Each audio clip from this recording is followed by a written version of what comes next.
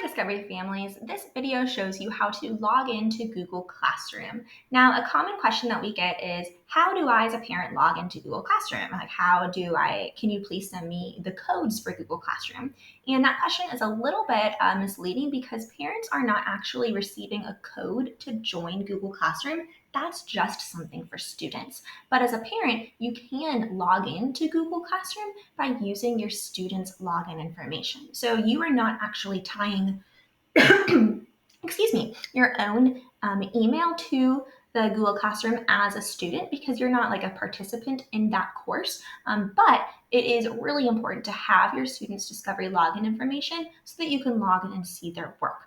Another option for families with Google Classroom is for students' advisory teachers to invite the parents to Google Classroom. And what that means, you'll receive an invitation, is that you are invited to be linked to your students' Google Classrooms as they just call it as a guardian, and you can see their updates about their work. So you can elect to get daily or weekly progress updates that say how they did an assignment and what assignments they still need to turn in. So the emails that you can get as a parent are pretty helpful, but the most effective way to be able to really see what's going on in your students' classes and track their progress is by actually logging in as your student.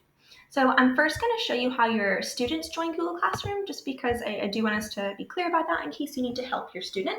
And then I'll show you how you'll log in as well using their information. So if your student is joining a new Google Classroom, they're going to go to classroom.google.com. They should already be logged in with their Discovery information. You can check that by seeing their profile picture up here, and when you hover your mouse over it, you should see their email address at students.discoverycharterdurham.org. And when they have a new course, they've had a change in classes or whatnot, they're going to click this plus sign to join a class. And this pop-up will come up, they'll enter the code from their teacher, and then they'll click join and they're in. So that's how your students do it.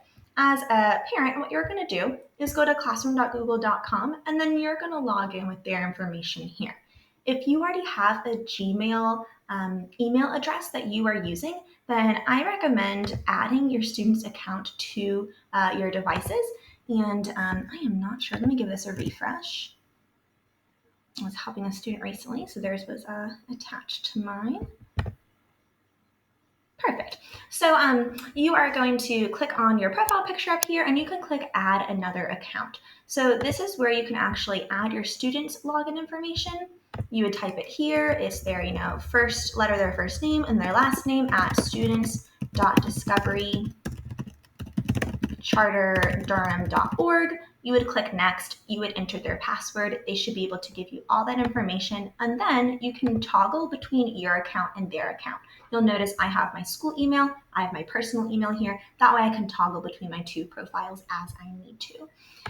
You only need to do that step if you actually have a Gmail. If you do not have a Gmail, no worries. You'll just have one account you're signed in on, and that will be your student's Discovery address.